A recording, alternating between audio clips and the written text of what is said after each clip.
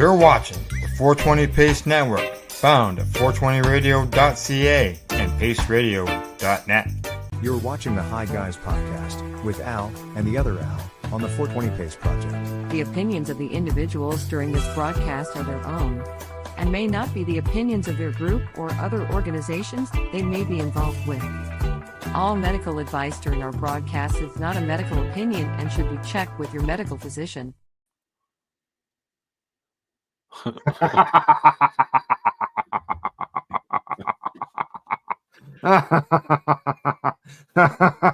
Well, guys, if you can't hear us now, this is what, the third attempt. They say 3 times the charm. All right, here we go. Okay, can you hear us? This is what, the third attempt. They say 3 times. Hey, I can hear myself. We can hear us. We can Hey, hear. we're back. We're back. We're back. Hello. Hey. Can you hear us now? Hello. Hello. Hello. Hello. Hey, I can hear you. All right, buddy Weeds. Thanks, buddy. Hello. Hello. Hello.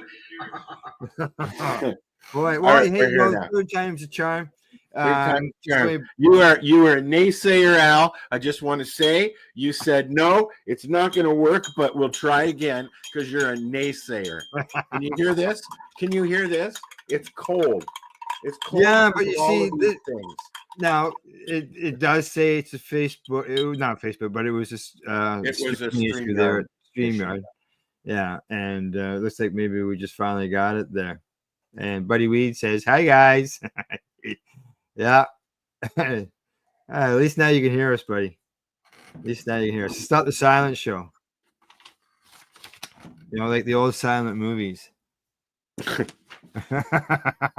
now I got to roll a doobie. Yeah. Hopefully we don't drop at any time, though. Shh, you naysayer. Oh, I see what happened. 1, 2, 3, 4, 5, 6, 7. Oh. Here, let me look, and I can add it. You got to drop one because what do you call it? Didn't load, so I'm changing it, and now it's loading. Oh, okay. So now we've got 4 and 4. Okay, there we go. Now we're working. Well, I added the other streaming thingy. Correct. Did we only have 7 then when we started? I have my shirt on inside out, upside down. So your tag is at the front of your shirt? Shut up, Al. Continue with the show, please. Al's top 5 things: how to dress. Never mind. Look, I forgot my pants. I used to. Everything shot from the chest down. I used to joke with Debbie when she was around doing our shows and stuff that I did my shows in my underwear, and I have done my show, the 420 show, in my underwear before. I have to admit. Oh well, I know a guy who talked about that all the time because he was in Radio Land. And you see, when we were doing radio stuff, you couldn't see us, and then Al had the stupid idea of adding video. Yes, Buddy Weeds, back to our regular scheduled programming. Yes, back to our regularly scheduled crap. So, in case now that it's working, thank you for sticking with us, buddy. Yes, thank you from our heart. Can you see my little heart? We've got Al's got his his list. The video. It's a video. You talked about panic attacks and stuff. Right? Yes, we're going to be talking about panic attacks, as I was saying. With the holidays coming up, with Christmas coming up, I have got a completely infused cannabis turkey dinner to go over with you at the recipes when we get. You know what I was going to do yesterday? I made or not yesterday, the other day, I made a steak. Mhm. and I have some extra virgin olive oil cannabis mixture, Mhm. and I was gonna go at the very end, but I didn't because I forgot because the steak just looks so good. I'm glad I didn't because I'm always afraid I'm gonna waste it. You know what I mean? Yeah. So Waste your turkey in it.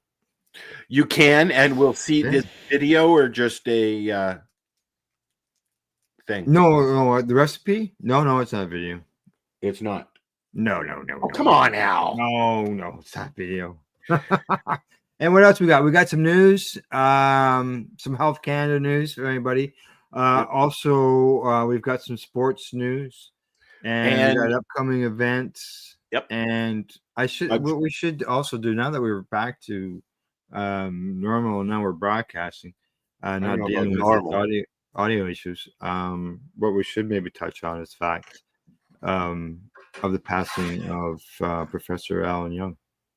Yes, I was going to make sure we brought that. Anybody in the cannabis community for the last 20 years or so knows who Professor Alan Young is. He was instrumental in a lot of the early ongoings of legalities revolving cannabis and specifically medical cannabis, right?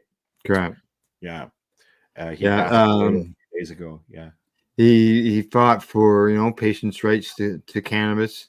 Yep. And not only did he deal with cannabis, but he had other issues that he was dealing with as far as rights and helping out people who were wrongly convicted.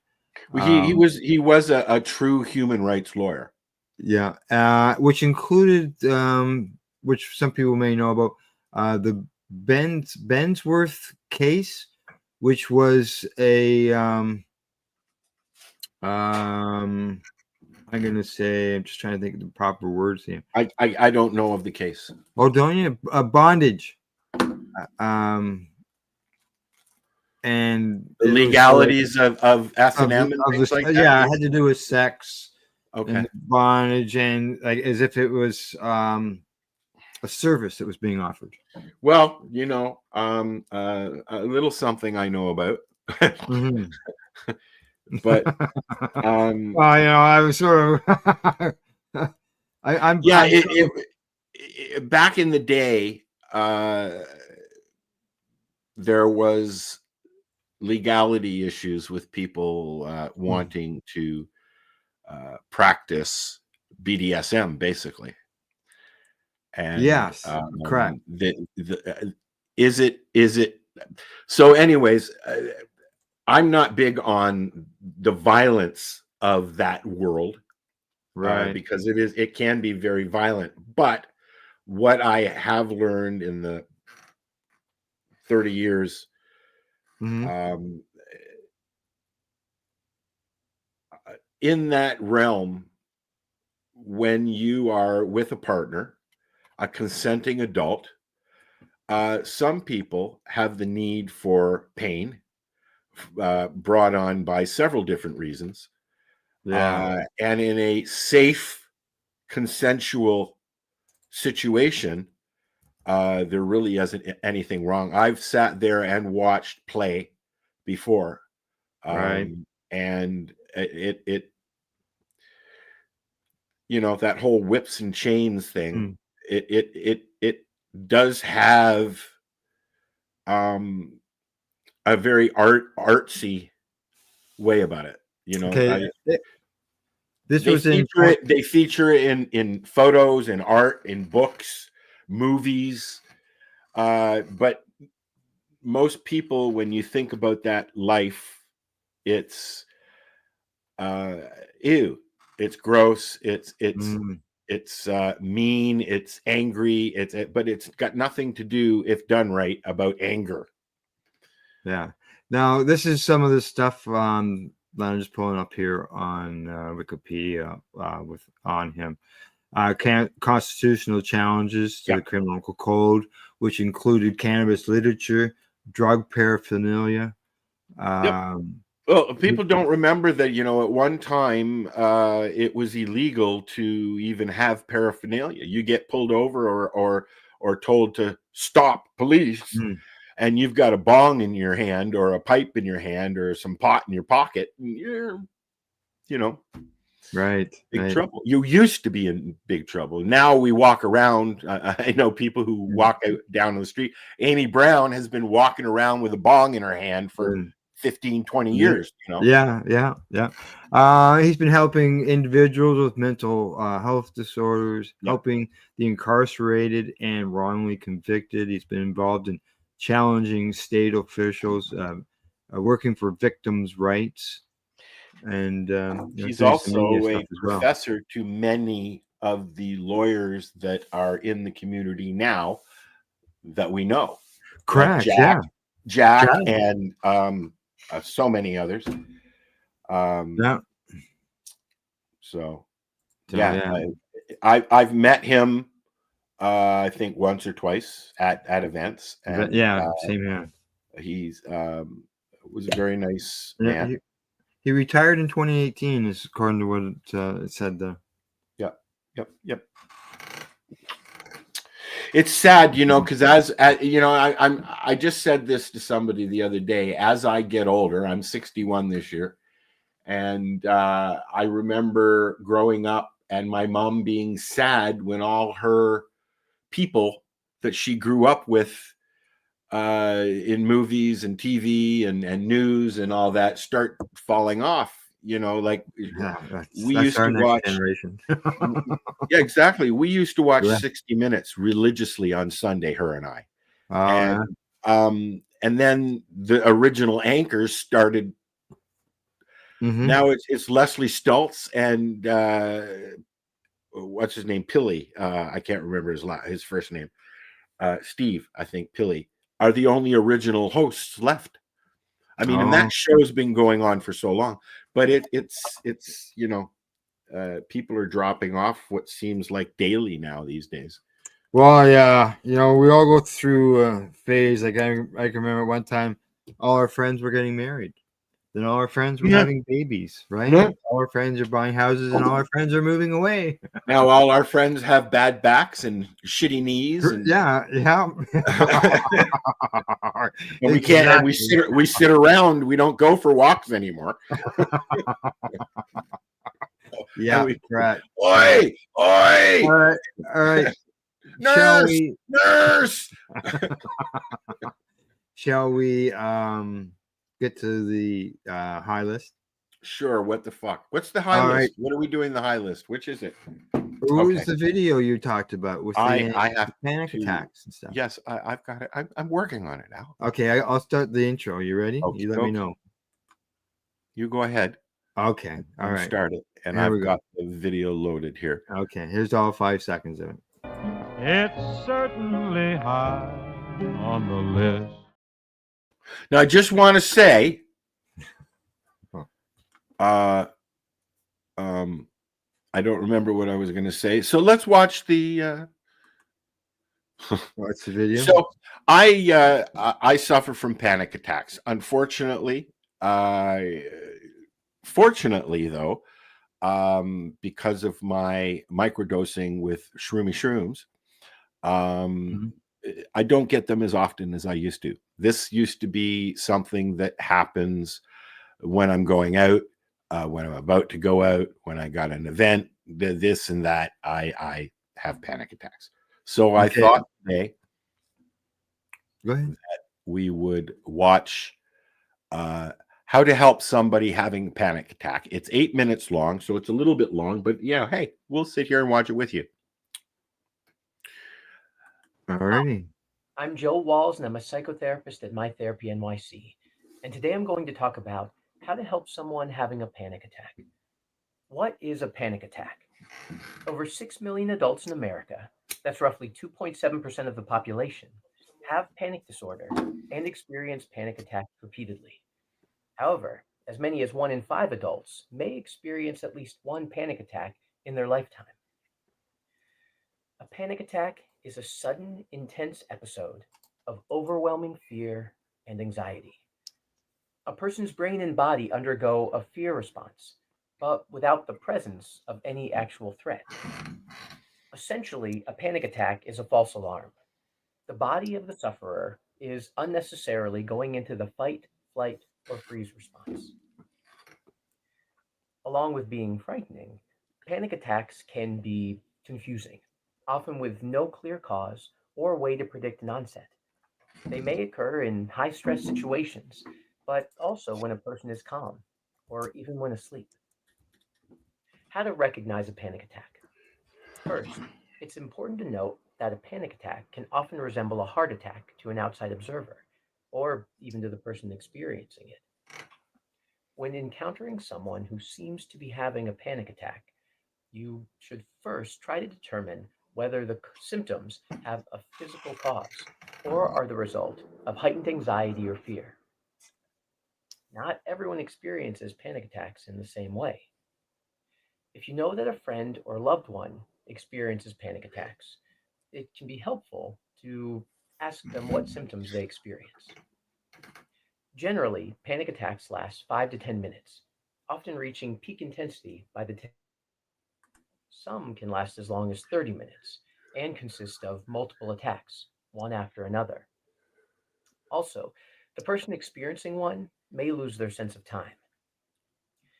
Here are some of the symptoms that may be part of a panic attack: abdominal distress, chest pain, chills or hot flashes, a choking sensation, dizziness, feeling like you're going crazy, like you're dying, feelings of terror, dread, or doom, heart palpitations, numbness, shaking, shortness of breath.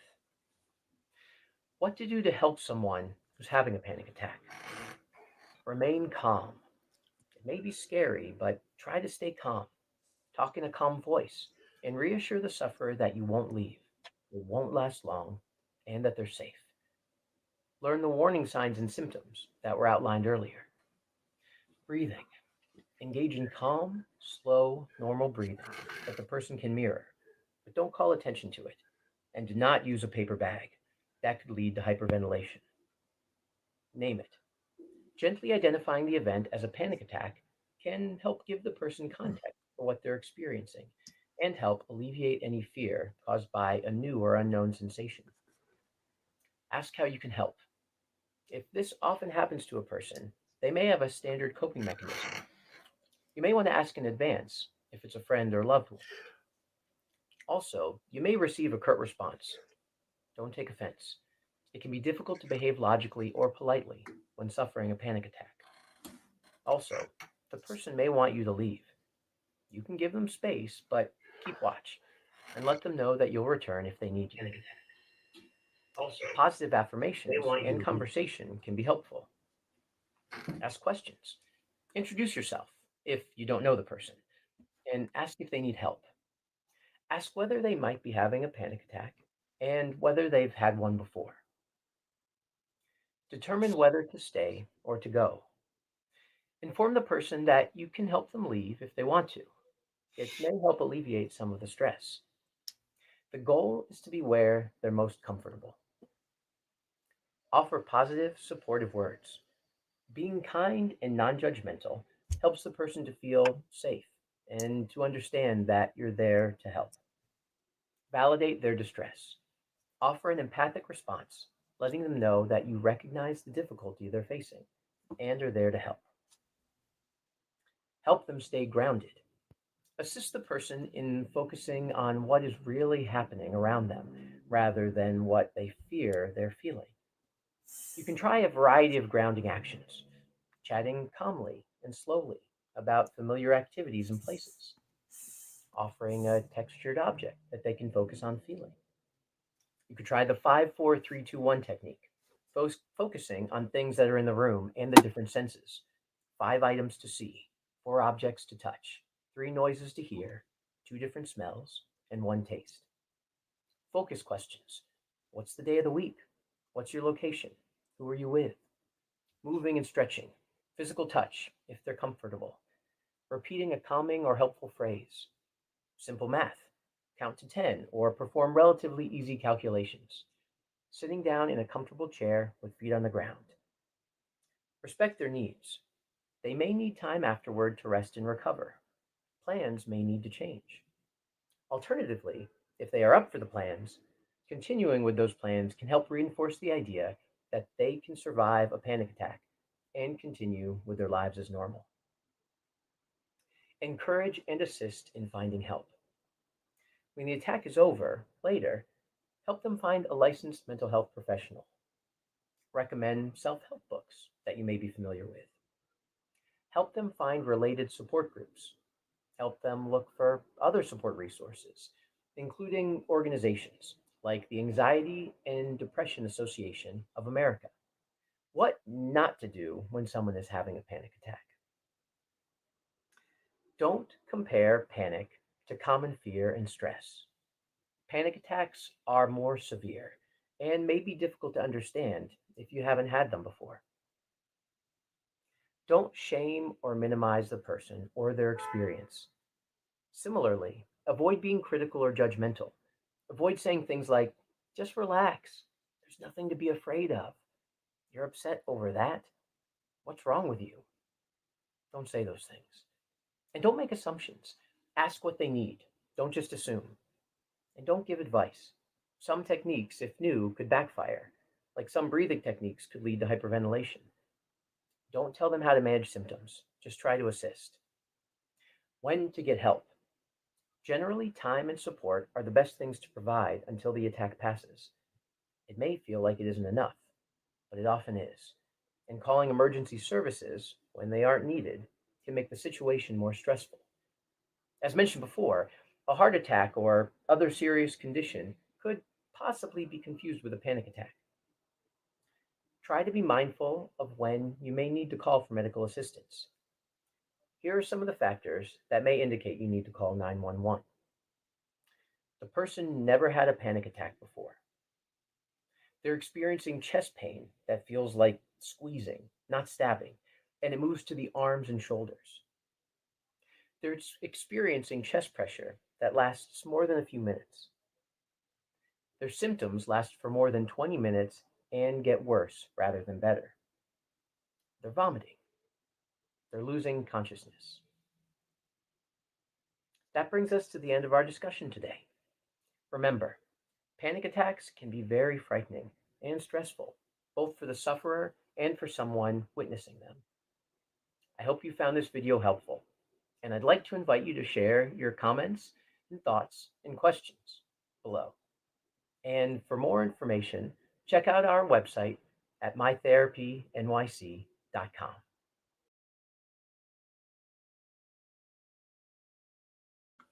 Go on, try and talk now. Al. Go on. No.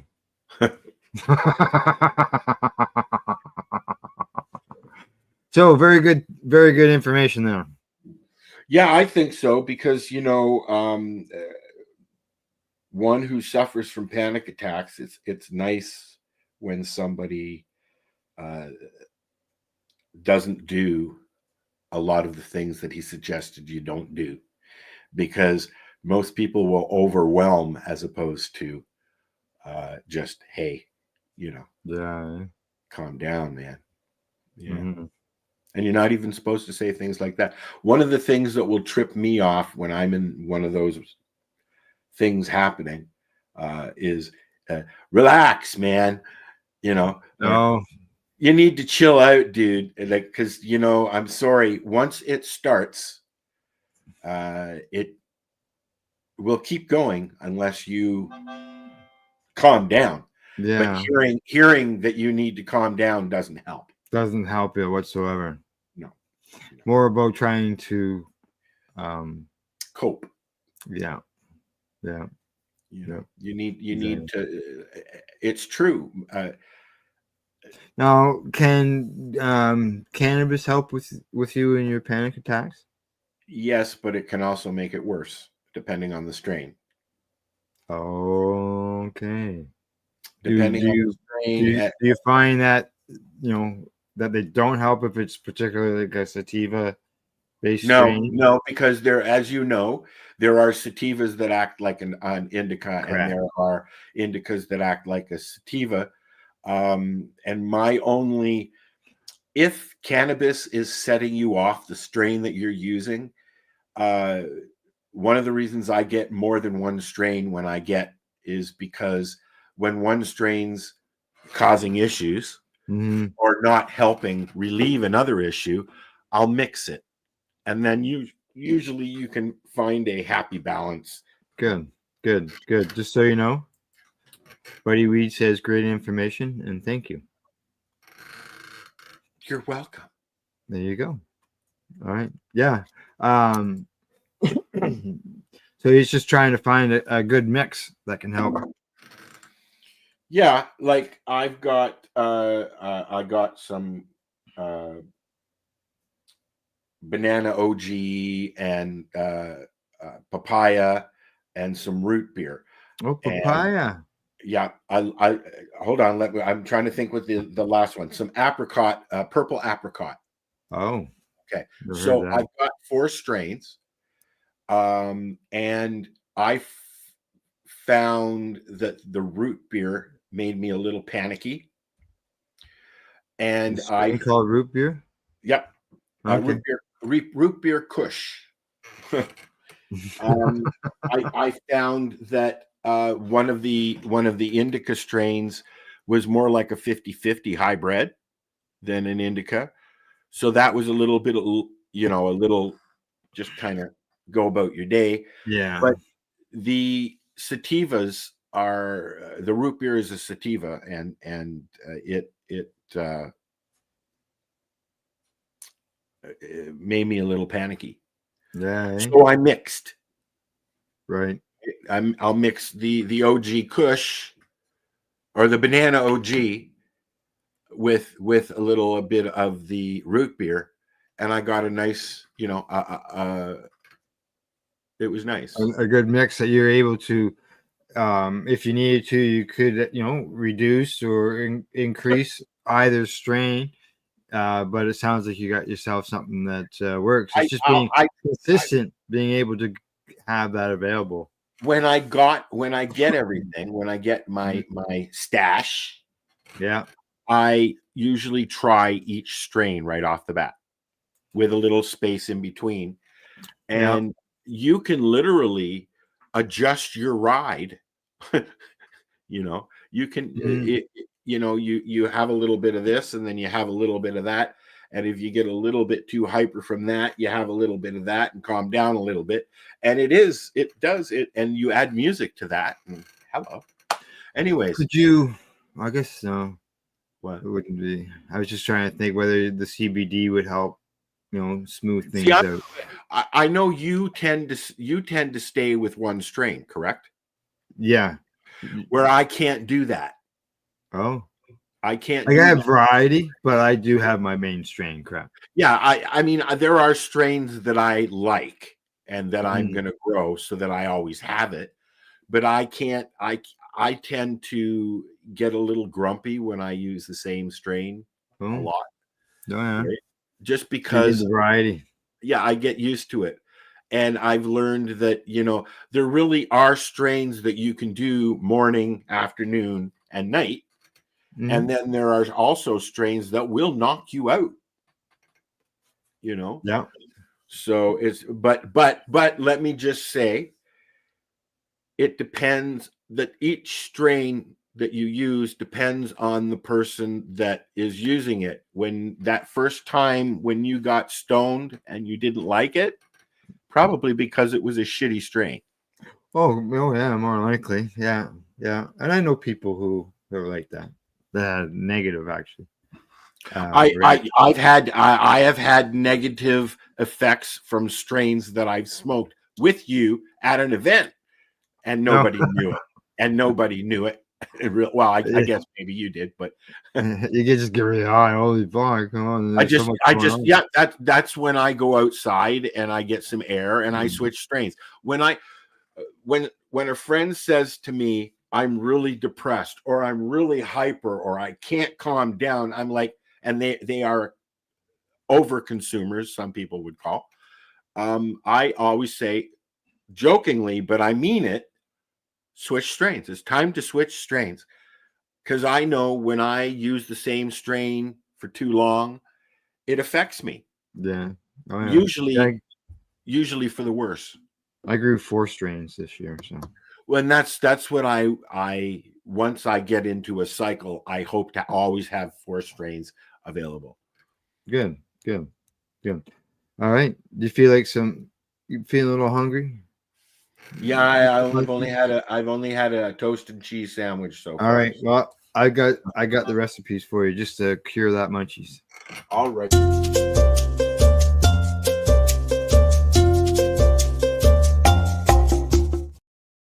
Cha cha cha. Cha cha cha. That's right. So today, being that Christmas is just around the corner, another 2 weeks? Actually, 2 weeks today.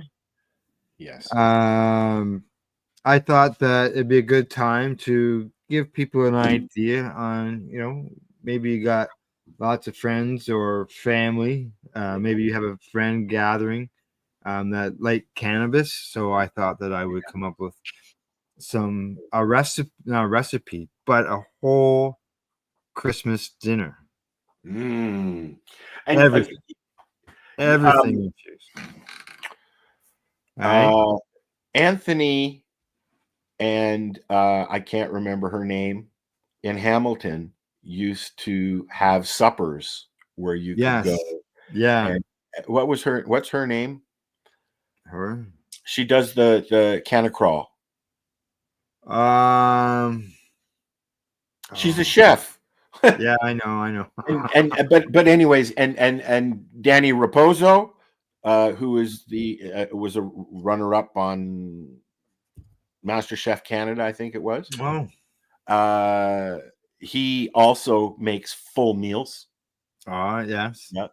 He also has he's in Portugal now, I believe, and he has a lot of cannabis dinners that he makes. All right. Yeah. Good stuff. Yeah. Well, so, I've got a dinner for you, Al, right here. All right. See, right there. There's the turkey sitting on the front cover. Grassroots Advocate. That was the magazine that Pace put out. And you can see cannabis infused turkey dinner. Yeah, I'm looking forward to go that. Straight to it. All right. Now, because the fact that, Al, do you really want to cook a whole turkey? Maybe not. So yes. No. Hold on. Yes, you asked a question. Let me Sure. fucking answer it, man. No, I want to answer it for Sorry. you. Go ahead. Now you lost my train of thought. I enjoy turkey to the point where I must have extra for sandwiches. So just do the whole fucking turkey. Just do the whole turkey. He takes the whole turkey. All right. Yeah, there we go. Buddy says, all right. Infused Christmas dinner that will make the holidays happy. Exactly, buddy. Exactly. So here we go. Here I've just used a piece of turkey breast because I was looking at more of, 1 or 2 people versus somebody who doesn't need a whole turkey, cooking a whole turkey when I wrote this. So yeah, there's the turkey. You can see it there. Look at they put the butter right on top of the piece of turkey. You know what? I watch a lot of cooking stuff. Yeah. And a lot of people do that. So cooking with can of butter, if you're going to use butter anyways, might as well. Now there's cannabis infused stuffing. Oh, it takes 1 cup of infused oil in order to make that. So you've got your turkey, you've got your stuffing. Both of them are done using cannabis. And then you've got your rosemary cannabis mashed potatoes. Oh. Right. Followed by, and they use canna cream in that one. Followed by your easy cream corn that's infused with cannabis butter. I'm going to have to print this off, I think. And then, if that's not enough for dessert, you're having not my grandma's crispy apple crisp. I love apple crisp. Apple crisp. Until you get that piece with the apple core in it, and then you're like, you get to swallow it all down with your sparkling pear Processo Canna Punch. Not really a pear flavor. No, yeah. So there you go. That I'm looks going to yummy, put Al. I'm going to put that website of Your duck is calling you. my duck is calling me. Correct. That's my phone. I figured. So I mean I have done a little bit of cannabis cooking. I help Paula Mhm. at the lounge. We've had the gal that I was talking about in, and but I've not made a full meal. I play. I've made cookies. I've made. I haven't done ice cream yet. No, you're right. But I've made cannabis treats. I've made mushroom treats. Hmm. But you, sir, have taken it a little bit further, and you have a chocolate machine that you infuse chocolate and put it in. Yeah. Yeah, yeah. We would have a chocolate fountain, and we would melt Oh, cannabis and cannabis butter in with the chocolate in the fountain, and it would just flow out of the fountain, and you just dip your fruit or whatever you wanted to dip into. okay. Usually You it need was to fruit. stop, or I'm going to turn into Homer Simpson. Oh, it was so good. I'll tell you, it was great. But yeah, I've cooked a lot of different things, just at home. And I just basically if a recipe or whatever called for butter, I just put can of butter in it. The Now, same as how's the wife feel about edibles? for herself, Yes. she knows go low and slow, low and slow. So she doesn't mind edibles now and then. No, it's not as if she eats any or anything Yeah. like that, but it's not as if she hasn't, right? See, my issues with the edibles that are available out there in the market, and when I say in the market, I mean Mhm. everywhere, both legal and illegal market, or the indigenous market, or whatever you use. Most, unless otherwise posted, most gummies, candies, pops, drinks are made with isolates and distillates, which I don't like. Correct. Yeah, yeah. You've said that before. You don't like them, No, I and don't then like. a lot of that is sugary stuff too, right? Which I also have to. Yeah, yeah. Diabetes, right? No, it's Yeah, you gotta watch that. Diabetes. Yeah, you gotta be careful for that for sure. No, Remember? Go ahead. that's what's nice about the THC base that I get from Legacy 420. Just put it in what I want, right? If I want to put it in some yogurt, I can just put it in some yogurt. Yeah, but is that a distillate, or is that made from Full cannabis? spectrum. It's full spectrum. Yeah, Yeah. that's what I try Yeah. and use. The higher the dosage, The more expensive. no, you can, the taste, the cannabis taste is there. Oh yes, of It's course. because It's of all. it being, yeah, it's not a distillate, man. She's not, It's yeah, all. It's all about how it's made, right? yeah. Right. So, So yeah. okay. So the recipes done. Anything else you wanted to touch on food wise? Ding ding ding ding ding. Let's hurry up and get with this shit. I'm getting hungry now. You get Lunchtime nears. the lunchtime near, so it's still another hour away, man. Okay. First, okay. From there, we'll move on to the next segment. All right. Instead of running our promo that was going to take 2 minutes. Why not? Go ahead. Okay, all right. Hey, it gives you time to run and grab a snack. No, I'm good. I got my doobie. Okay, all right, you're good. All right, as everybody knows, who maybe you don't know, we have put out a movie, like a sort of bit of a documentary type movie on the apple, and it was released last week, and it's about 50 minutes long. We get to see how the apple is created, I see that, Chris. and uncreated. And, yeah. Yes, exactly. And so I'm going to run a quick promo on that, and then we're going to come back with a review, some of my own. So we'll talk to you in about 2.5 minutes. This, guys, is a BT bottle with a little straw on the end of it. Okay. Back in the day, we used to have glass bottles, soda pop in glass bottles. Okay. Soft drinks. And this was built for the old school hash. This is the hash that your uncles and your grandparents would get.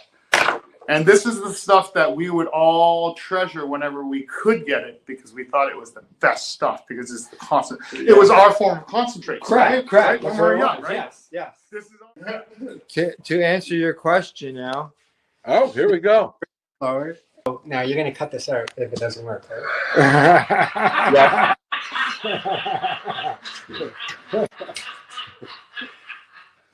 You just cut it out now. These are the 3 tools I use to form and shape the happers.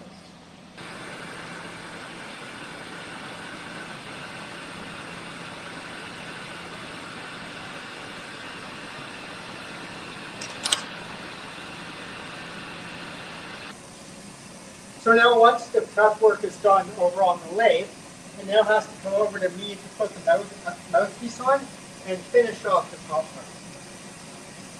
So first up, I just need to clean up and close off the top that's left over.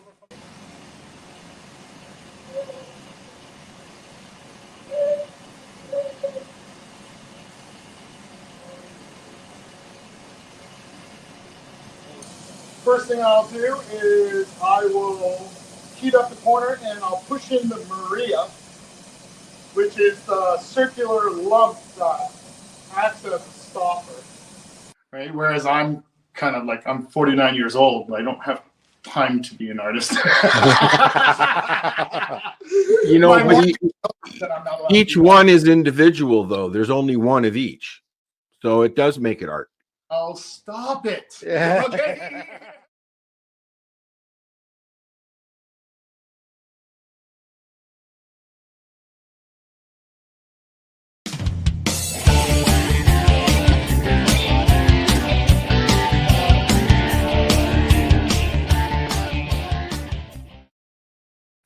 Hey, where'd you go, Al? Sorry. All right, you're coming back. All right. Yeah, the Apple promo there. Let everybody know it's available. It's on YouTube and on our Facebook places and everything. And you need to watch the documentary to find out. Hey, what happened? That's right. Exactly. Because what does happen with that apple and that nail? Just so you know, Buddy Weed says it's time to infuse lunch. All right, Buddy, we'll work on that. See, maybe next week's show. And he says, great work on the apple video. Thanks, everybody. Thank you. Hopefully you got to see the whole video, not just the promo there, Buddy. Maybe let's post a link to that video. We'll post a link to the video. All right. I'll do that during the show. Because I haven't got it in front of me right now. Here, I'll get it. Oh, okay. I don't even know where it is. It'll be on my YouTube page. So I'm on my way right there right now. It'll be on the 420. It should be on the 420. Yeah, I will get it. You keep going page and I will as well. I'll get. Yeah, I've got it. Huh? You got it? I thought I had it. Hang on. Let's see, we're live. I'll see if I can find it real quick. Oh, okay. So you can keep going. There it is. I got it now. All right. Jesus. All right, and I got the link. Where it was. So I'll put the link in the comments, everybody, for you to watch. You catch the video, the full complete video of the apple. We go through all the steps of the creation of it, from the shape to watch him make every piece and how it's done.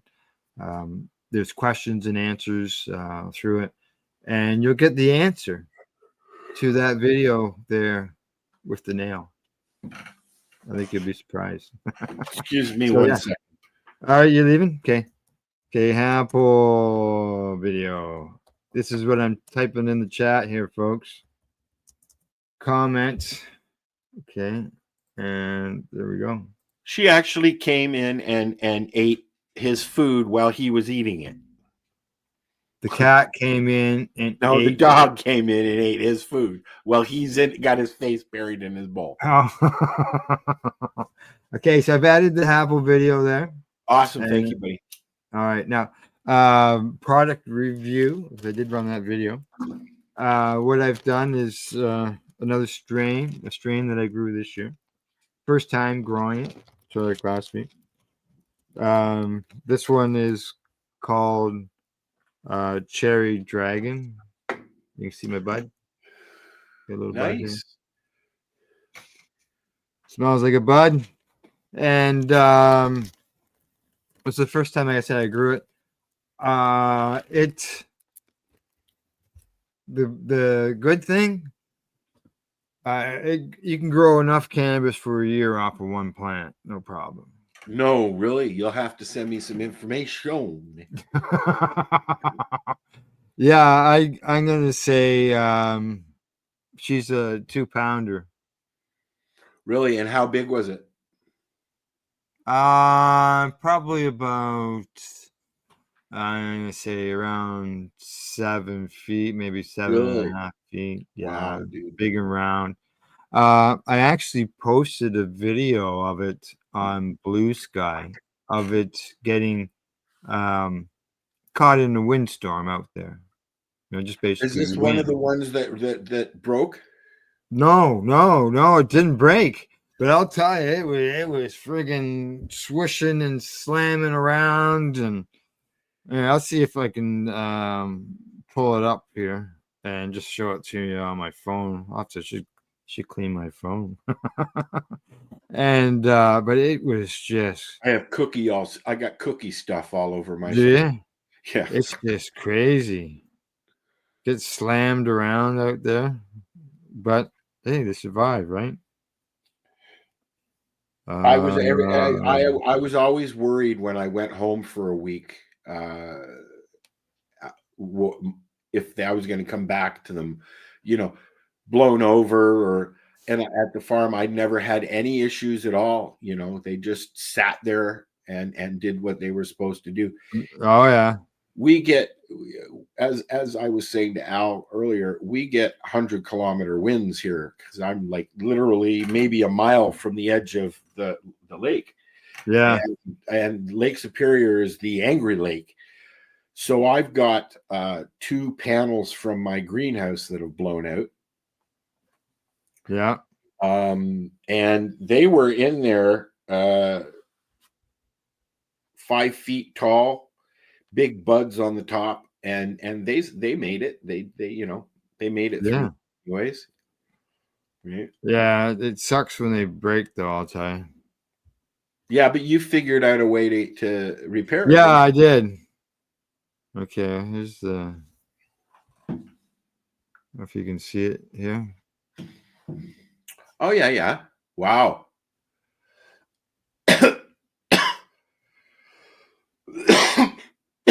Yeah, blowing around. But there's the plant, just to give you an idea how big it is. You asked me how big does it grow. Yeah.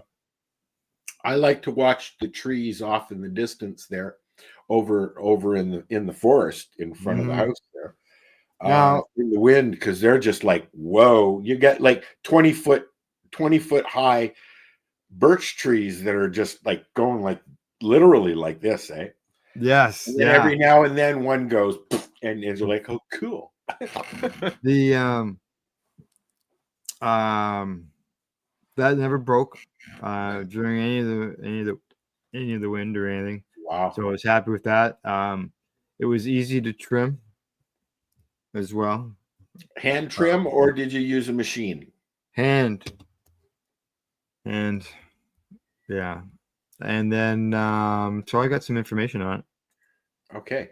Cool. All right, there you go. Oh, it's from the same site that you showed me last week. Correct. Or Yep. is this the one that you showed me?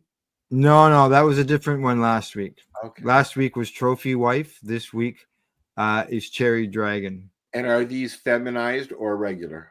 These are regular seeds. They're $6.50 a seed, as you can see. Same as the other one. Yeah.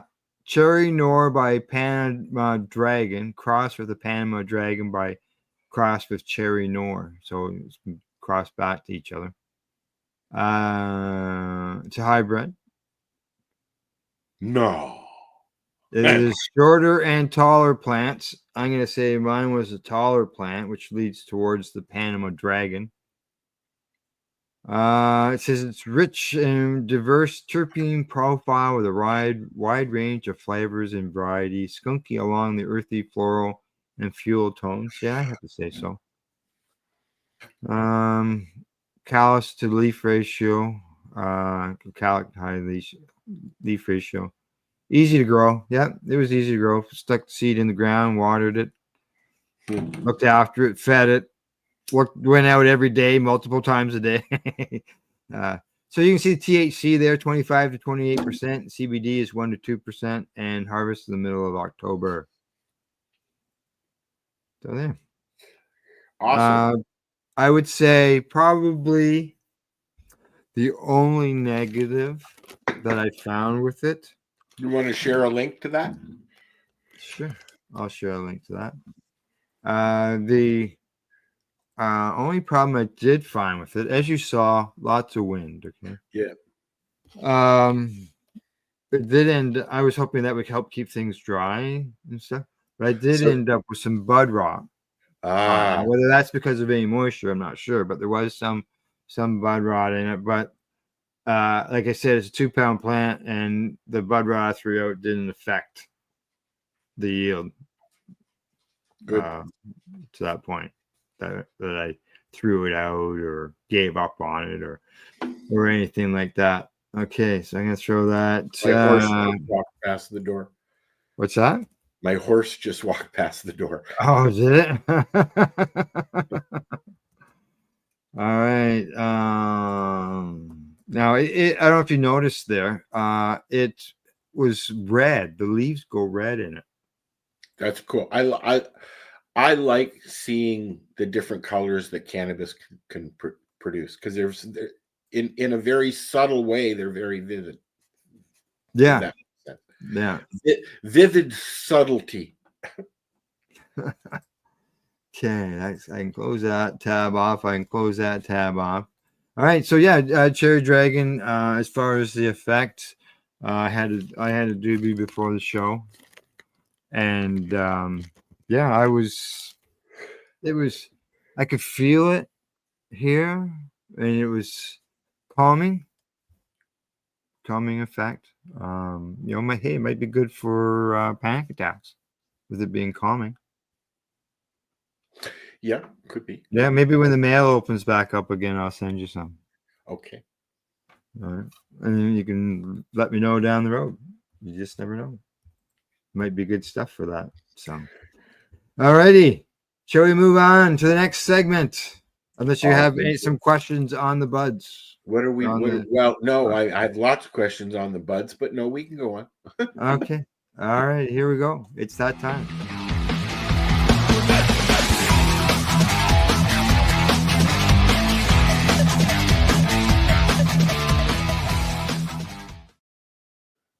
Otherwise known as fake news.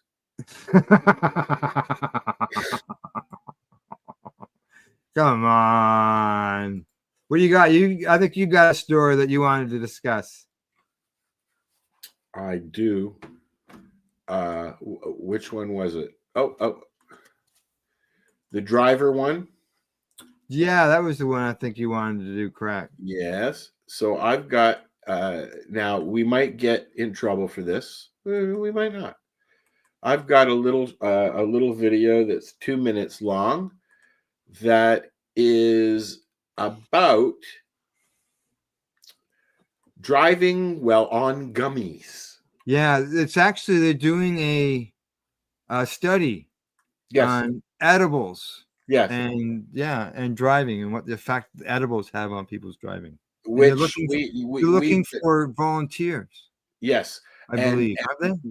when we were going through the whole legalization thing, there were also studies being done, I believe, down at CAMH about smoking cannabis and driving. Driving, correct? Yes. I've always wanted to, since I've been doing the show, I've always wanted to go and get really, really high and go for a drive in one of these simulators and see if it really, really affects me, because I have ADHD and get distracted very, very easily. Now, but I also want to mention that if you were to say what my career was over my life, I drove a truck, I drove a panel van, I drove a forklift. So driving is my thing. And do I drive stoned? No. Do I drive medicated? Yes. I don't drive down the road anymore while smoking a doobie, because that's a lot of trouble that you don't need. Seriously. That's correct. Right? Exactly. But like when I was younger, there was a time when we went for I'm sure Al went to booze cruises. We'd go up to Caledon and drive around on all the dirt roads and have a You few too, beers, eh? smoke a couple of doobies, and then head home by way of Barrie. We stopped once because I didn't drink, so I was the guy who always You were got the driver. Yeah. I was the driver. Unfortunately, the driver that we had was the drunk. We squeezed 5 people into a Vega, and away we would go. Green Army green Dodge Dart here. And one day we come across a young lady that was just sort of hanging around at the end of her driveway, and so we stopped, and we asked her. We said, well, "What do you get high on out here?" And she said, "Life." So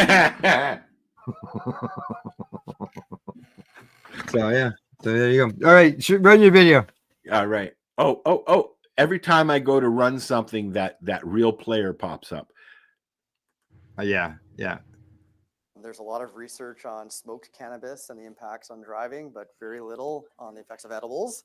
University of Saskatchewan professor Alexander Krizel is readying the next study happening at the Driving Research and Simulation Lab. He and his team want to feed people weed gummies and test their driving skills while stoned. They do it using a special driving simulator to perform basic moves like changing lanes and merging. We also have a battery of tests where we can look at how people can think, and we kind of stress them out a little bit to see how well they perform under a certain amount of stress.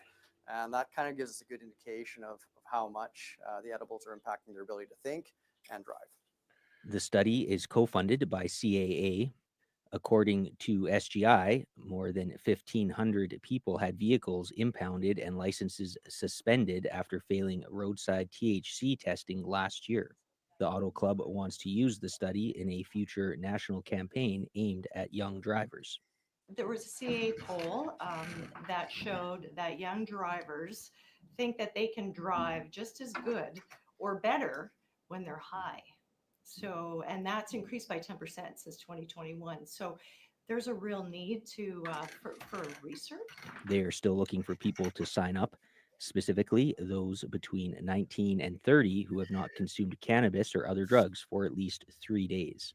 Yeah, we'll actually see how long the effects last and how pronounced they are. At what point is the height of the effects and when did they start to taper off? We do know studies say the effects will last up to 10 hours, but we really don't have any clue what that means for driving impairment. The study starts in the new year with results expected in the spring. Krizel says everyone who takes part gets snacks and a free cab ride home. Jeremy Warren, CBC News, Saskatoon. Now, Al. Yo. I have a question for you. Sure. Have you ever been pulled over for smoking and driving, or gone through a ride programming while while almost consuming. I said almost because you had already, I know well, the end of this story. I drove right into a ride program while I was consuming. Yeah. Yeah.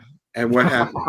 But I didn't. What actually happened? Actually, it wasn't if I just drove up to the ride program, seeing the police officers. No, it was like, oh fuck, put this out. It was more about coming down a hill and around a corner, and they were around the corner at a stop sign, and I wondered what was so much traffic at the stop sign. I was just thinking, geez, it's busy in this town today, because it was just a small little town that I was driving through. Yeah. And sure enough, it was a ride program.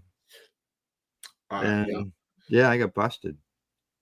There was no driving against cannabis laws at the time. So I wasn't charged with DUI for driving while stoned on cannabis. Okay. I was charged with having possession of.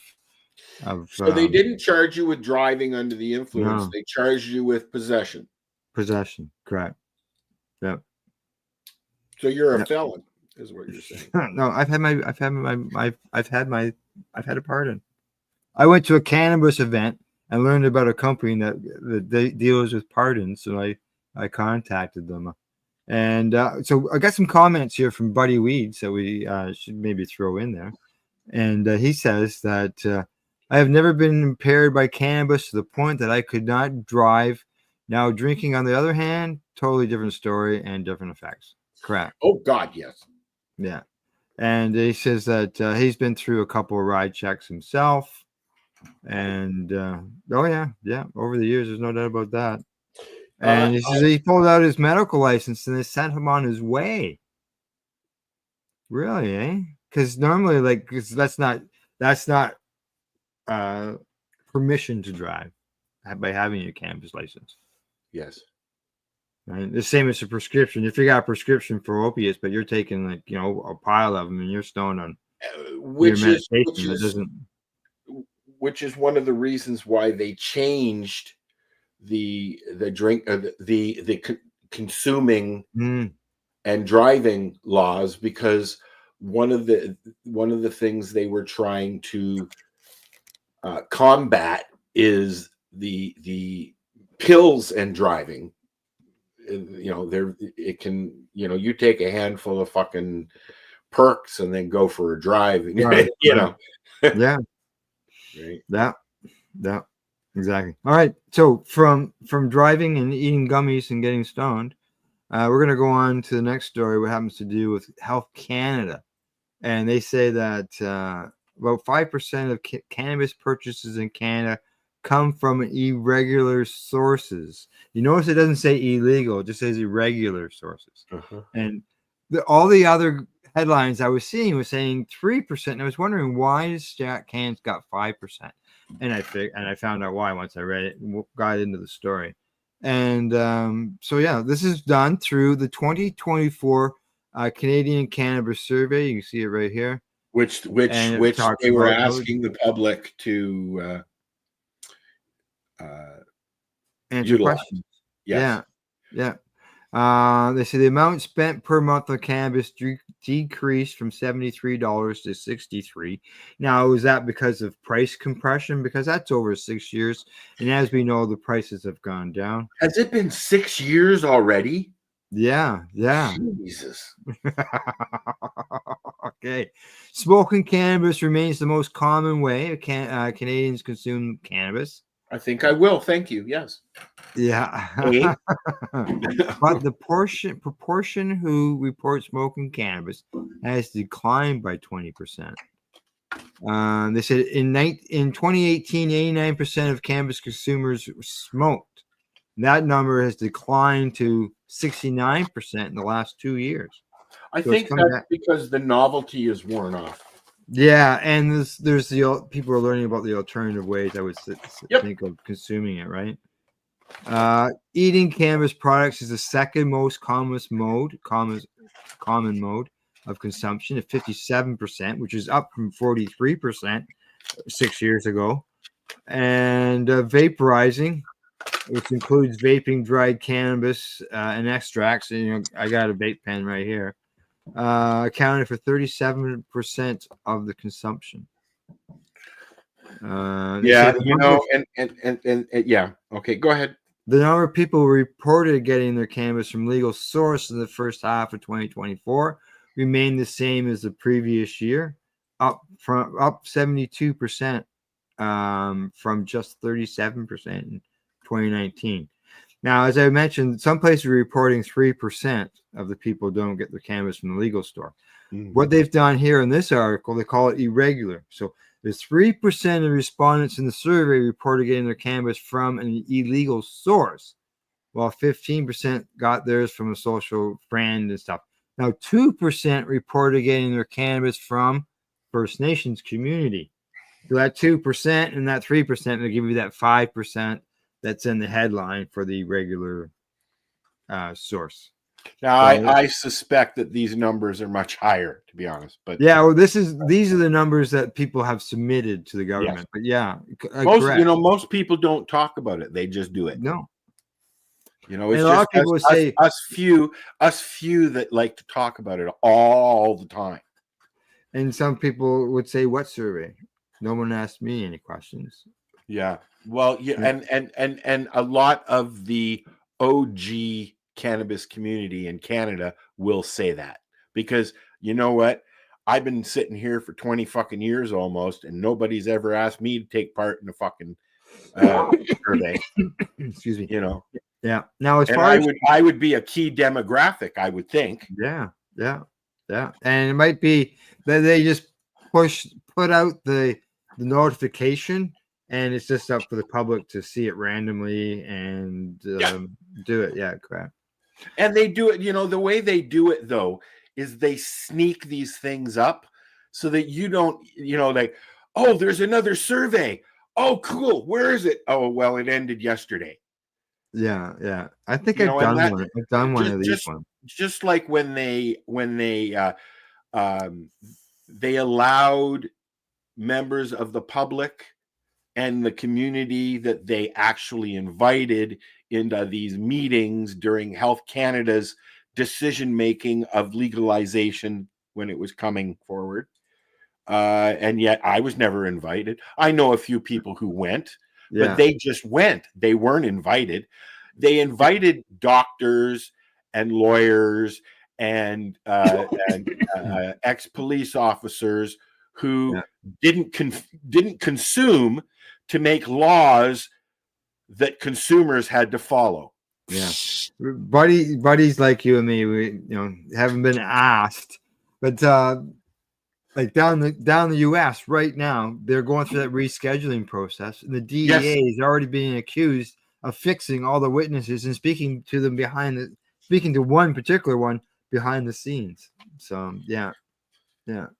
Now, as far as the driving end of things, because we're talking about the gummies and so on and so forth, they say the number of people who reported using cannabis before driving was 18%, increased slightly from the year prior. It was at 15% in 2023, but still lower. Most people won't answer yes to that question. Well, 27% of the people reported yes in 2018. My point. Yeah. They say this included 16% who reported driving within 2 hours of smoking or vaporizing cannabis. Well, isn't that generally the rule that law enforcement will pick up on things when they ask that question? Have you consumed cannabis? Yes, I have. How long ago? 2-3 hours ago. That should suffice. Yeah. If you're not acting like, hey man, no, I don't do that stuff, Now they say those who reported using cannabis in the last 12 months, 78% said they believe cannabis use impairs one's ability to drive. 13 responded that it depends, and 6 responded saying that it did not impair driving ability. And that was brought up in that video that you had there. I would say that I would answer depends. Yeah. Because it depends on the individual, the are they a medical patient or are they just a consumer that consumes now and then? Mhm. Because I mean, I don't even want to incriminate myself, but I wake up and have 6 doobies before I even go make breakfast. Is Yeah. smoking a joint an hour before I go out for a drive going to affect me like it would a kid who's just going down the road, puff, puff, puff, passing? Yeah. No. Buddy says that lots of people with very little experience with cannabis making the rules isn't very smart, and that's there Exactly. was that, especially when it came through on the legalization end of things. But especially when it comes to new drivers or new With consumers. new drivers, that's your forte, Al, not mine. Yeah. Like I've seen people get stoned off a 110 milligram gummy. Oh fuck! I've gotten ripped off fucking cookies before. Yeah. So yeah. I've two and a halves. I've gone through. We were talking about panic attacks earlier. Right. I've called an ambulance because I thought I was having I thought I was having a heart attack. So I called an ambulance, and that H word came up, hypermemesis. Yeah, that one. It's the first thing, and I was just like, don't even. but the feeling and the sense, regardless of anything, the sensation was there because I consumed too much cannabis. And that's my body going, hey, you need to slow down. Right? Mm-hmm. So it does matter. It matters who you are. It matters the strain. And I mean, it matters the situation. Yeah. Do I condone driving under the influence of anything? No. Just for legal purposes. Alrighty. We've gone from headlines. It's time for us to take a quick little break, and then we got 2 more segments to go, and that's some sports, and we got some events and entertainment still to come. So we'll see you in about 23 seconds. Are you looking for non-stop, continuous cannabis and psychedelic programming? If you are, then turn your browsers to 420radio.ca or paceradio.net, where you will find the 420 Pace re-rolled Saturday. Everything gets started at 8 a.m. Eastern Saturday morning. Sports! 36, 37, 38. Okay, buddy, just put it down there. That's good. That's right. Thank you. All right. Let's see. Yeah, my grandson was here. He's talking to him. Yeah. You got a live studio audience, All right. So, sports wise, David used to sit on the couch while we did shows when he was younger. He would sit, and I would have him sit directly behind me so you couldn't see him. He was just passing by. Yeah, and he was getting something out of the printer here. Excuse me, Papa. I'm cutting through. Yeah. Need something to draw on. So, in sports, there is a new league out. It's called the Northern Super League, and they've held meetings in Toronto. And what is the NSL, the Northern Super League?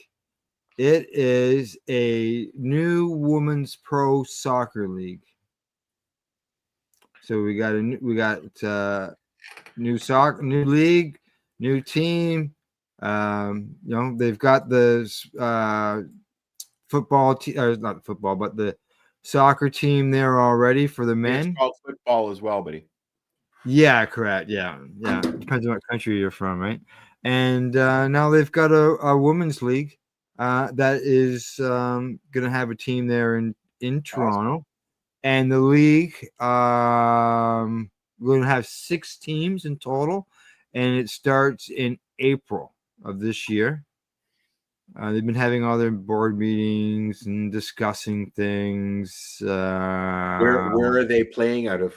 That's what I'm looking for right now, to see what's in the okay. The Northern Super League will kick off teams within Vancouver, Calgary, Toronto, Montreal, Ottawa, and Halifax. So all the big cities. Yeah. All Canadian teams. And will they be playing against American teams? Does it say, or is it just no? It doesn't say. It doesn't say anything. It's all Canadian teams. I would think, like, if I would maybe look at that come expansion, maybe if they expanded, like the PWHL, the Women's Hockey League there, professional league, they're expanding. So I could see where the NSL may get that inaugural season up and running, get it out there, and then start taking in expansion opportunities for other people. Women's sports is taking off big time. I actually, during the fight, I actually enjoyed that women's bout more so than I did the others. And I didn't watch it, but I can tell you that I've seen posts online agreeing with you. That was a real fight. Okay, the first fight, or the first two fights, I guess, because there were four, right? The first couple of fights were lightweight, welterweight men's. They weren't very good. I mean, but you could see that women's fight was authentic, and they wanted to have that fight for a long time, and they've said that they're going to do it again. I like I said, I enjoyed it. I enjoy women's sports. The WNBA has got a world of its own now. I remember when that started. I remember when the Blizzard came to Toronto. Yeah. Are they still called the Blizzard? No, I think they used to play at the University of Toronto field on Bloor. Oh, okay. The Blizzard, that's where they used to play, and then they I don't know if they're still around or not, but I don't know. I'm just doing a quick Google search, and let's see. It was the Calgary Blizzard Soccer Club. So maybe they moved to Calgary.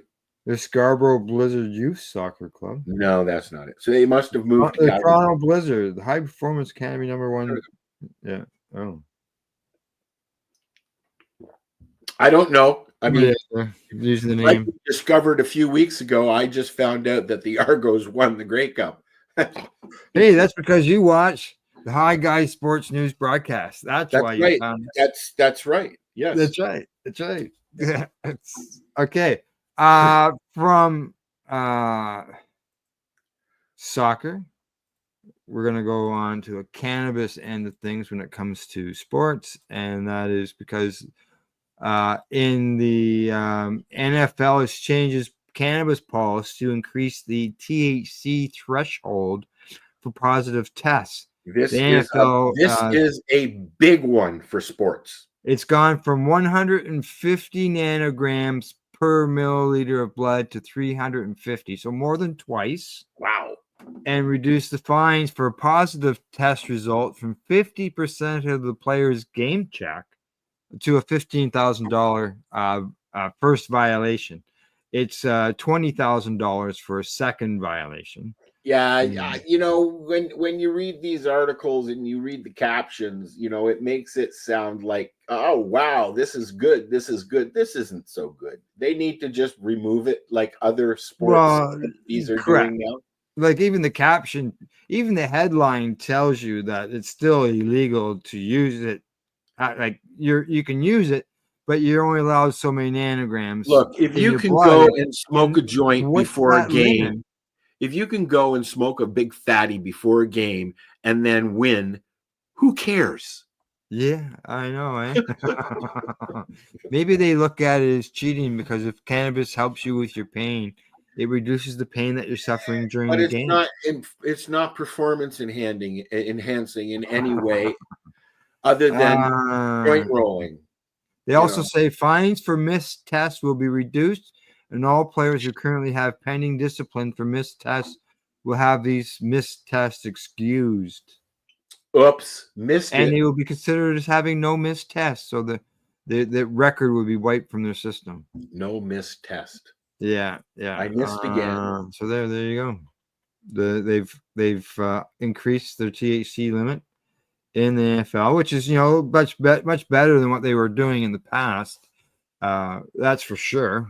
And that's actually pretty high of a limit. Yeah, but he says go sports. Yep. That's right.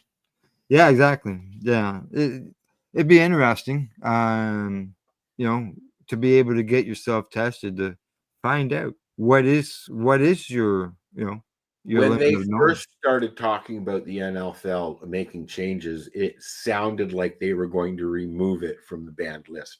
Compared, but obviously, that's never going to happen. Kind of like full legalization. No, it's not going to happen. There's always going to be rules.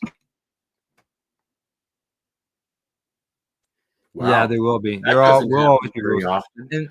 And as we know, cannabis gets in your system and it sticks around, right? So on yes, Friday, you go Yep. out, you do. Let's say they've got a few days where they're not doing any games or anything, and they go out and they consume some cannabis, and then they happen to consume a little bit more, and after the test, and that's still in the system, and they hit them with a random test. Like I'm sort of looking at, can they pile up in order to end. I know somebody who got a job, had to get a drug test. I'd had to take them, and had not consumed cannabis for 2 months leading up to this drug test because they knew that he was going to have a drug test to get this job. 2 months, so that's 60 days, and he failed. Yeah. What I found surprising, he suffers from panic attacks.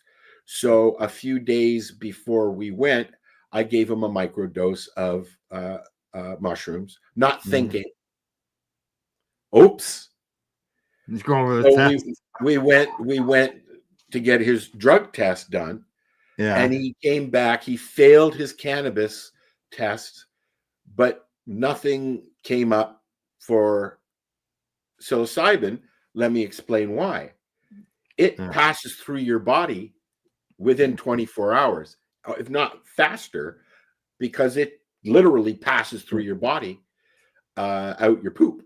Yeah, ours and THC is absorbed into your system. It's in your fatty tissues. Right? So it's not absorbed. My point is, the moral to my story is, it's not absorbed into your body as cannabis. Sure.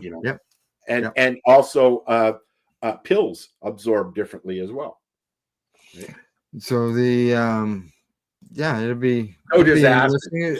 You'll never know. You'll never know what people who pass the test. But it'd be nice. Well, yeah, you only know about the people who don't. Yeah. What examples can you come up with that would equal 350 milligrams per milliliter in your blood? Look, I understand some jobs you have to remain lucid. You can't have any other substances in your body because of danger, because of safety, because of this, because of procedure, whatever. You're an airline pilot and you've got. I wouldn't want my airline pilot smoking a joint while he was flying through the air.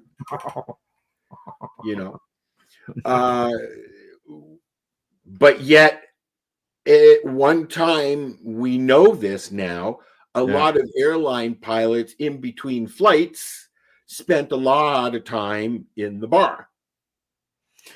Yes, that has happened. Yes. So, I mean, like, we've been dealing with this this being under the influence crap for a long time. Yeah. Oh yeah. Yeah. Yeah. There's a reason. There's a reason for prohibition, you know. All righty. Anything else on the sports front? Nope. Nope. All right. On to the last segment of the day.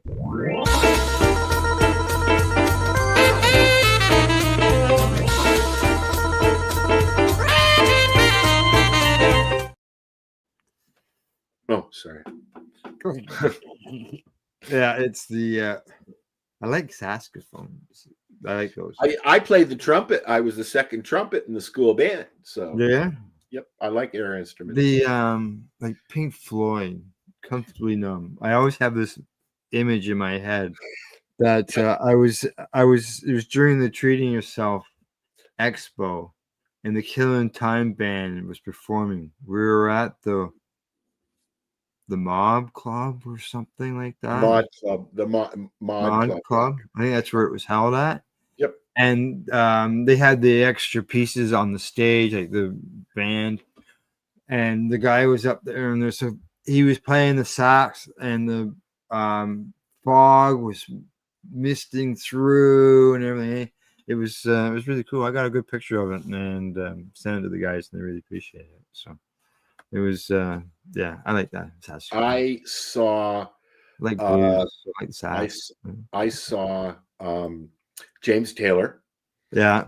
At the Scotia Plaza or Scotia Bank or Scotia, whatever they call it now, Air Canada Center. And Blue Lou from the Blues Brothers played sax in his band because he has a lot of studio musicians in there.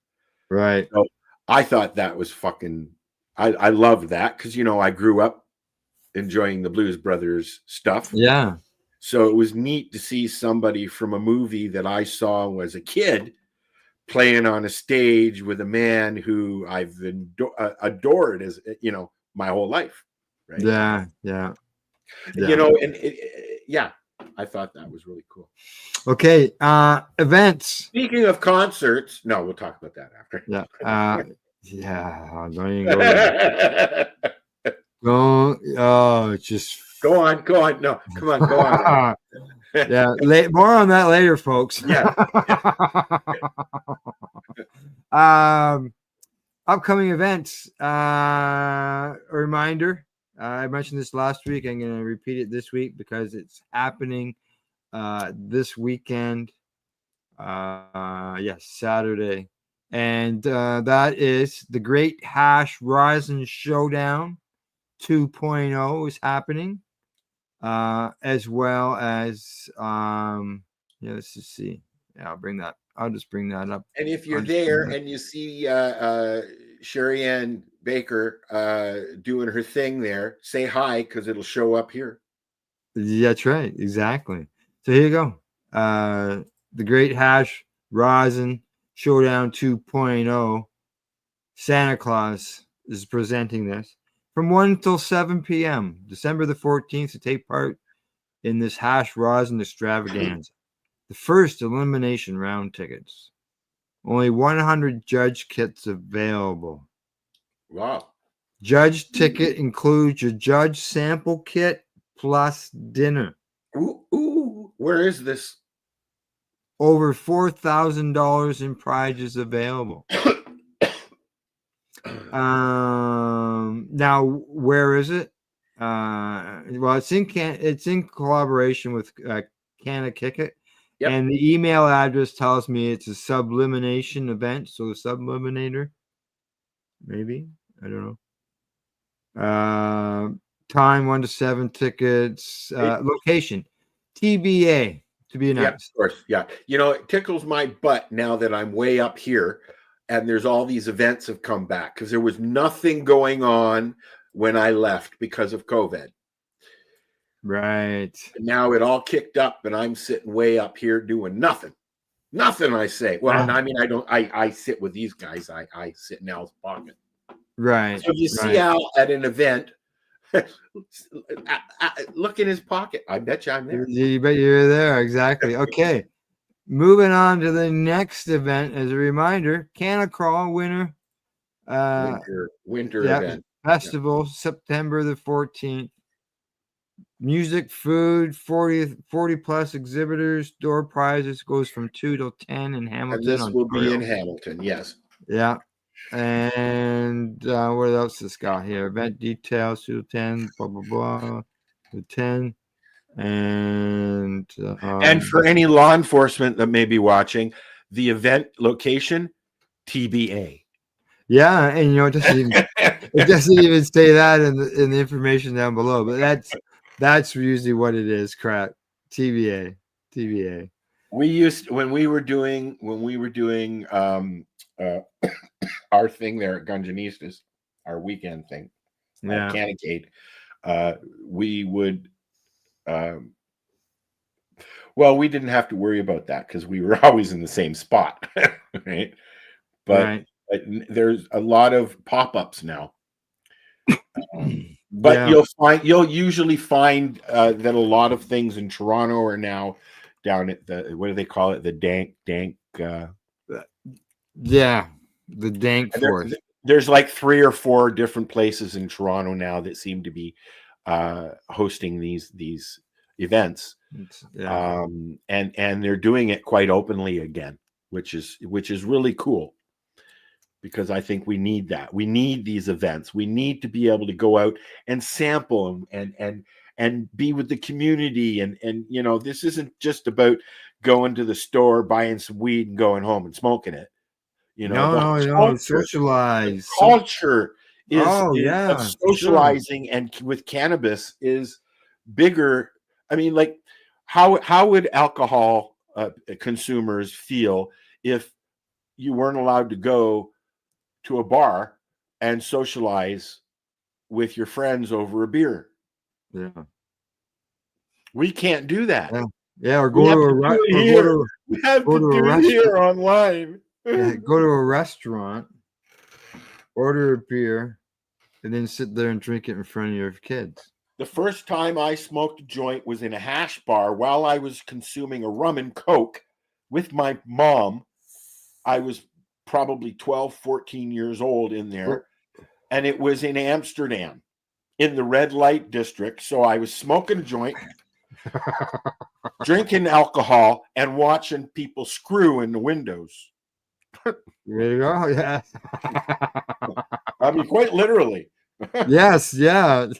Still goes on. Well, yeah, there are some restrictions though now. I think when it comes to, they don't like tourists there because tourists they have. Did you know cannabis tourists shit on people's lawns? That's what they say. That's why they banned them. They have done due diligence to try and stop tourists coming into Holland and other cities of Amsterdam, where cannabis is consumed natively, and you're not allowed to. Like if we were to go on a trip, I couldn't just walk into a store and purchase cannabis. There's laws now. The store can get shut down if they sell to tourists in some areas. Right. Did you have a video to run in here right now on events? Yes, we can run one of Sherry Ann's videos from Kind, which we haven't done yet. They never run the event end of things. I thought maybe we should run that. Yes.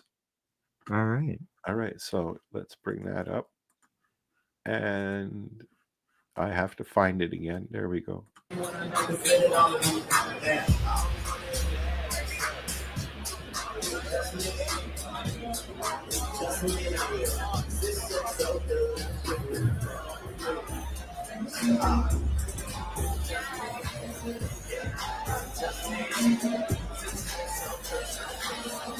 it better? No. That's the red guy. Oh, we're drunk. No, we're not. Everything's red, alien-like. Yeah.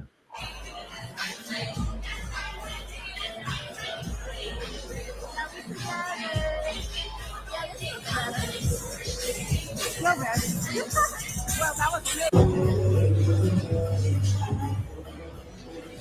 I tried their stuff.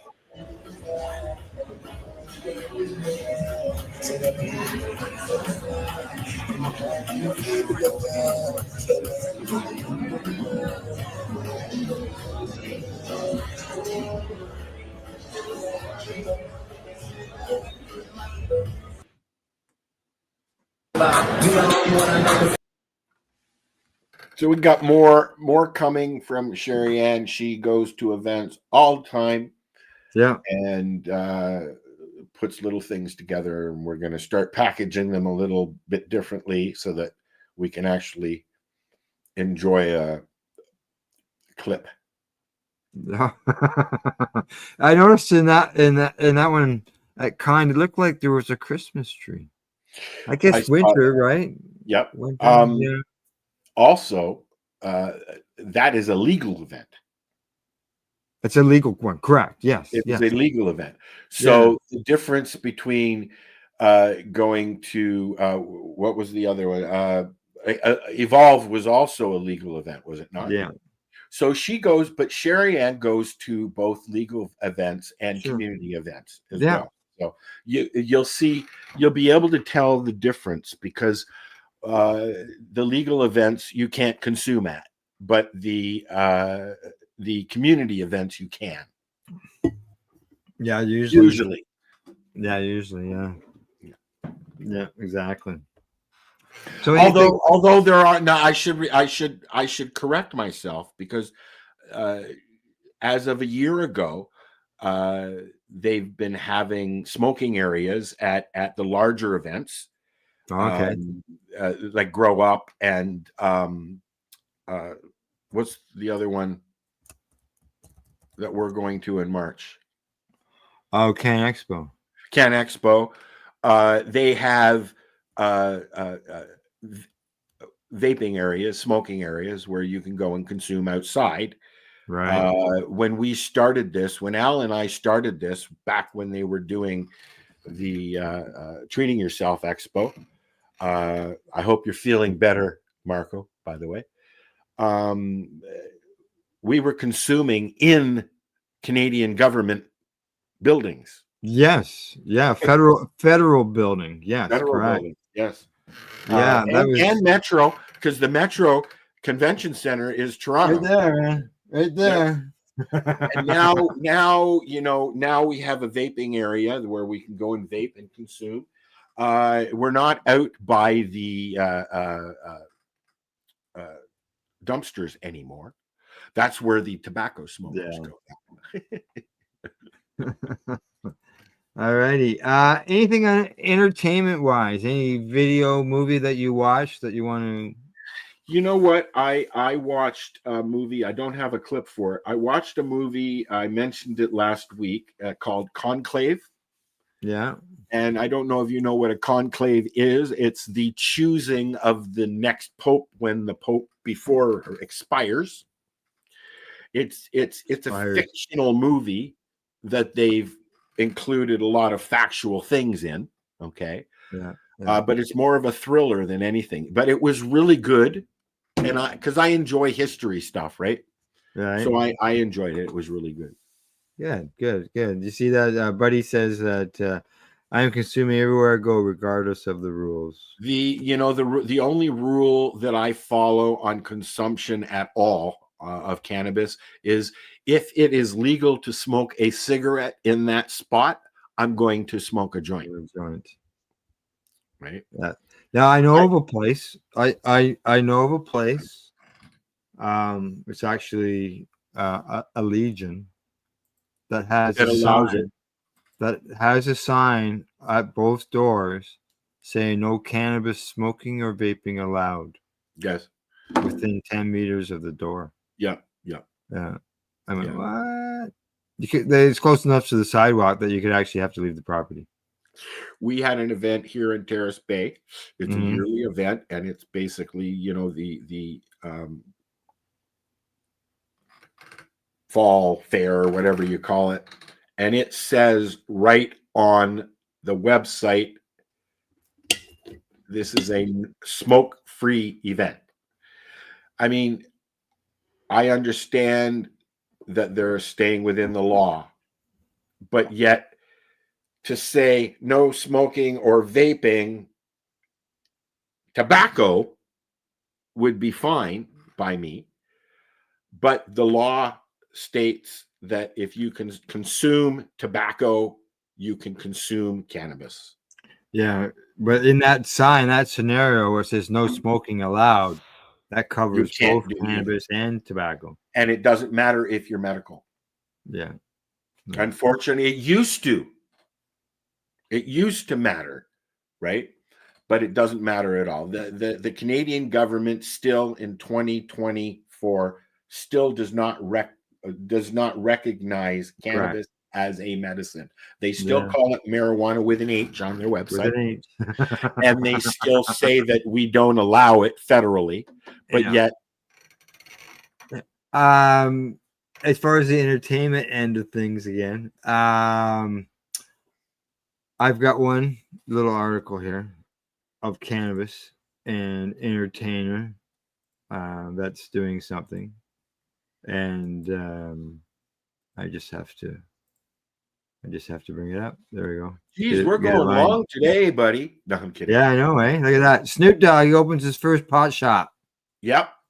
So he's got his own stores now. Yeah, this has been coming for a while now, I think. Yeah, because I know he had his own brand going on that was connected to Tweed that I think is no more. But opening the dispensaries with his name. Yeah. Well, that a lot of people are doing it, so why not? I think one of the first big time celebrities, if you want to call them that, to be public about working in the cannabis industry was Jim Belushi, because he did his reality show about the Belushi farm, and what? Yeah, buddy says can't stop me from eating it there. If there's a will, there's a way. There is. And the thing is that you're eating it, so nobody's gonna know any difference. You're just eating it, whatever it is you're eating. I tend to eat. It's a smell. I tend to eat things before I go to a concert because I can't smoke. I have not been to a concert in the last 5 years since legalization where I've smoked. Well, I'll tell you, things have changed. I'm sure. So before we go to my last little thing here, you're going to see BTO sometime soon. Yeah, actually in April we're gonna go see BTO, April Wine, and the Head Pins. And how much were the tickets? The tickets online, they list them anywhere from I'm checking $70 to $125. Yeah, which is normal now. It's not. Just make sure you click on.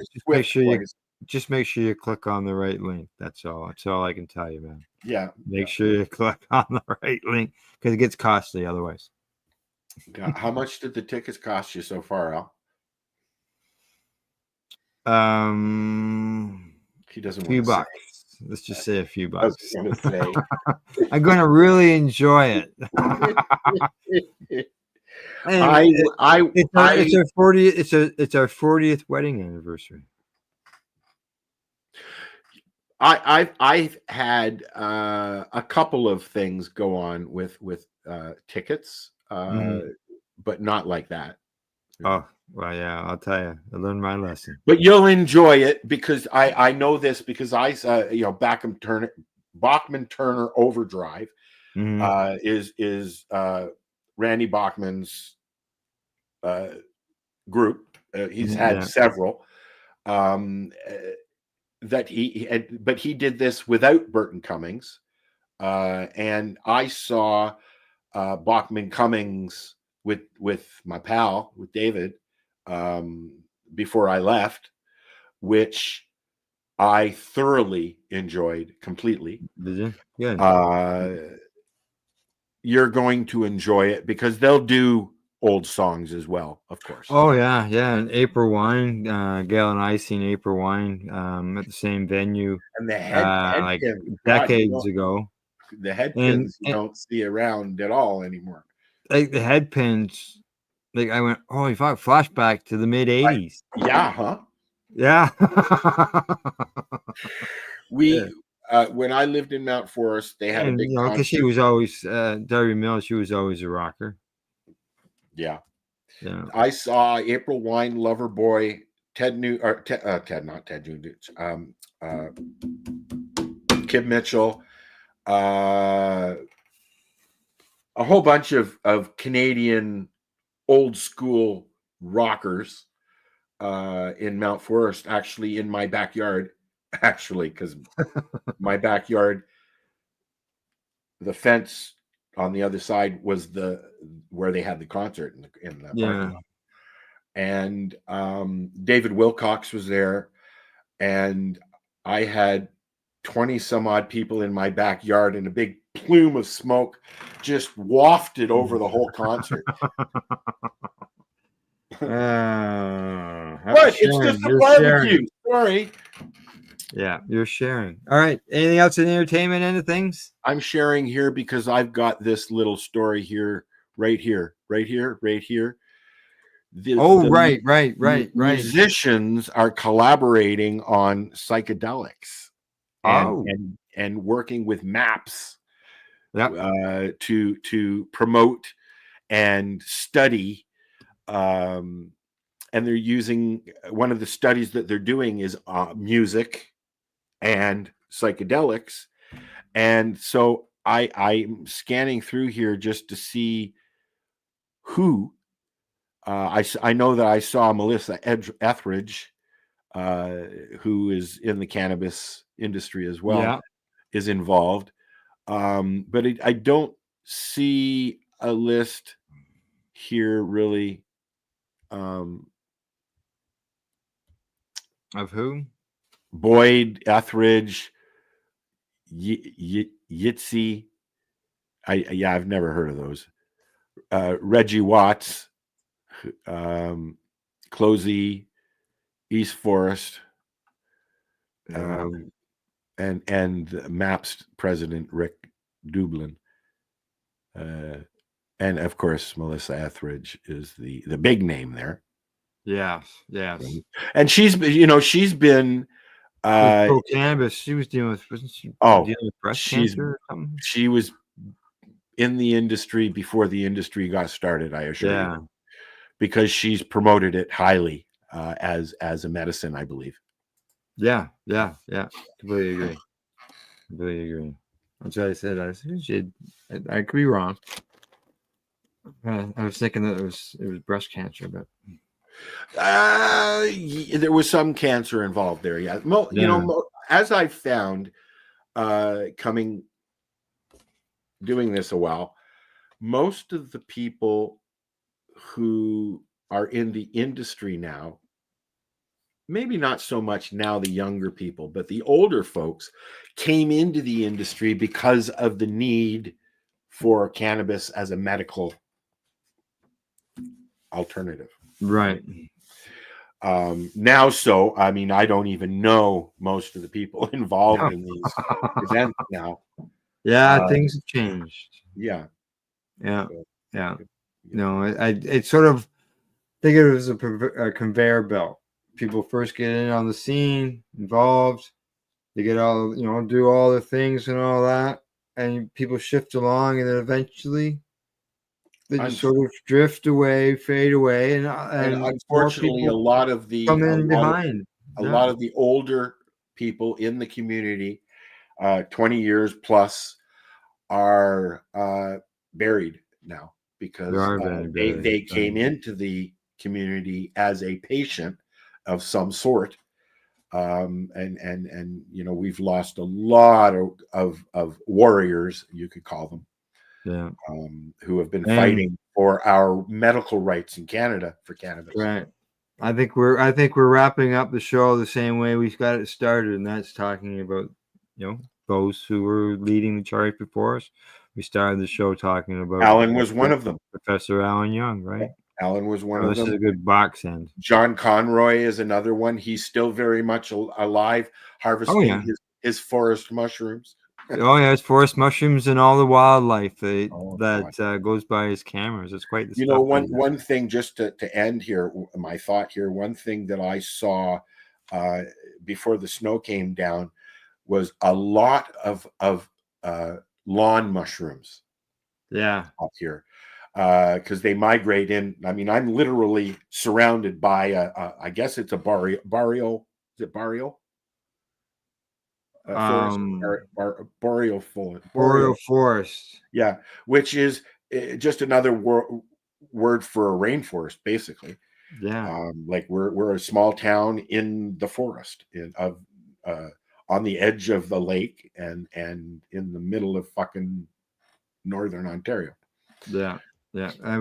We have a message from our buddy Weeds. He says, "Awesome sounding show." And for anybody who wasn't with us at the beginning, Buddy's been with us the whole time. And this is the third time we attempted to go live. Third time's a charm. StreamYard was having problems with the audio, and so we just kept trying and trying. And we finally got through. So, yeah, you have a great week as well, buddy. You too, buddy. And puff as well. So, all right. Yeah, I can do puff pass now. Look at this. Hey, yeah. Well, hang on. I noticed that there's quite the plume of smoke coming out of that fucking thing. I tell you, my Shatterizer doesn't do that. I think I need a new battery. This battery works great, and I've been switching cartridges all the way through the show. Have you? Yeah, cool. Yeah. This is about my first cartridge. Just I got enough of them sitting here. I'm just. I've been switching strains and doobies. Well, that's what I'm doing. You know, it's where we started as well in our discussion today, doing strains. So, we got one more comment coming in. Buddy says puff pass as well. Bye, buddy. All right. Other than that, folks, I think that's it. You got anything else you want to say, Al? All right. Bye, guys. We'll see you all next week. Same time. Same Hi, place. guys. And I see that it's not there. So I'm going to go this way. Talk to you soon. Bye-bye.